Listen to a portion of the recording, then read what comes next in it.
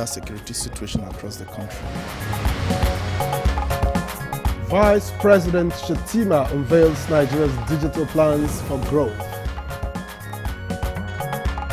The success of our cashless reform has positioned Nigeria as one of the most dynamic fintech ecosystems in the world. Senate proposes tax on sugary drinks for health funding. What we should have done is to come with a motion, to draw the attention of the executive arm of government to make these adjustments. And on Good Morning Nigeria today, we shall discuss ban on food ripening chemicals.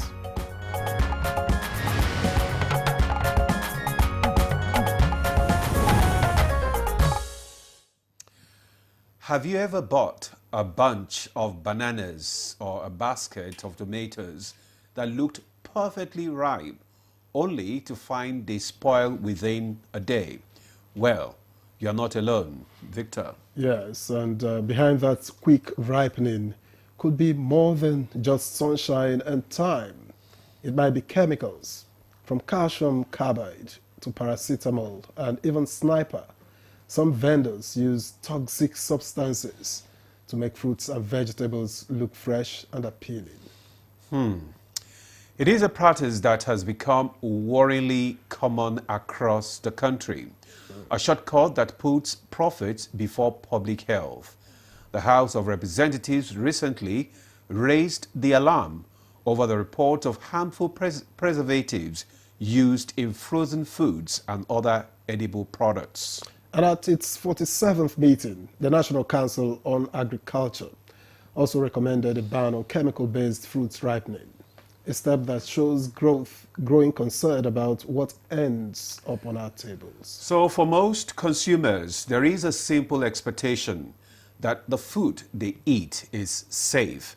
But with reports like this, the trust is being tested. So today we turn the spotlight on food safety, the hidden dangers of chemically ripened and preserved food, the health implications, and what must be done to keep Nigerians safe. Yes, to keep Nigeria safe, it's our business. I'm Ademola Adeoye. Welcome to Good Morning Nigeria, and thank you for joining us. And I am Victor Azu. We are reaching you live on the network service of the NTA. Soon it will be time for our regular segment, the newspaper review. But right now, Dennis Adeguloye is standing by with the news highlights. Good morning, Dennis. Good morning, Victor, and good morning, Ademola. Good morning, Nigeria.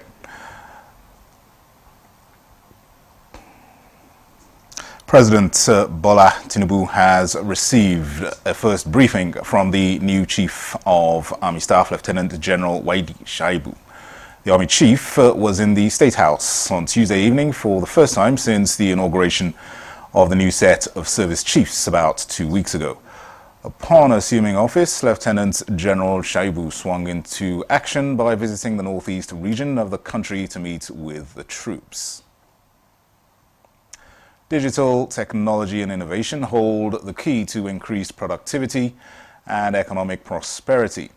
Nigeria knows this quite well. That is why it is placing digital technology at the core of its economic diversification drive. At the Digital Nigerians National Conference and Exhibition, Vice President Kashim Shettima said in shaping the nation's digital future, the federal government is prioritizing investments in ICT infrastructure, literacy and skills acquisition to build a digital system that will be accessible to all and can sustain economic growth. Every line of code written by our developers is a new export product. Every piece of intellectual property created by our brilliant minds is a new national asset. You, the innovators, are the engine that will drive Nigeria away from over-dependence on penile resources and towards an infinite one, which is human creation. The Senate is working on legislation that proposes earmarking of excise duty on non-alcoholic, carbonated or sweetened beverages to the health sector. National Assembly correspondent Salami Ali reports that opinions were divided during the debate on the bill due to perceived implications.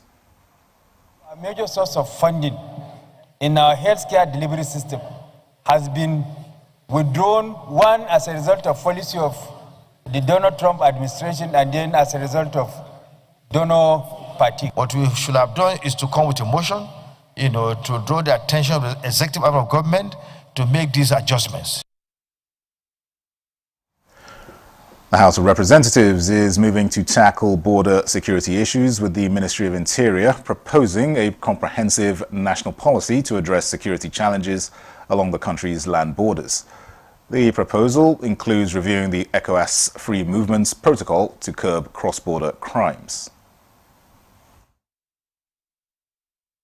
The absence of multilateral joint border security framework between Nigeria and neighboring countries is a challenge. We also need to properly delineate Nigeria borders and produce an updated map of Nigeria border frontiers. We need to deploy more technology. We need to have drones that would survey and man our borders, because we have boots on ground, but boots on grounds cannot be everywhere.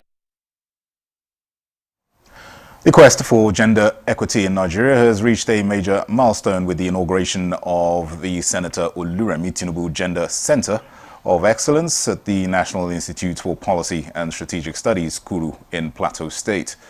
First Lady Oluremi Tinubu, while inaugurating the center, said efforts to dismantle stereotypes against women and promote inclusion must be a shared national agenda. I am particularly pleased that the center's approach includes both men and women. Actual progress will come when both genders stand as allies working together to dismantle stereotypes, open opportunities, and strengthen our collective humanity. Those are the highlights of the news at this time. Good morning. Nigeria continues with Ademola and Victor after this break. Stay with us. The Renewed Hope Initiative RHI presents the RHI Green Nigeria Challenge.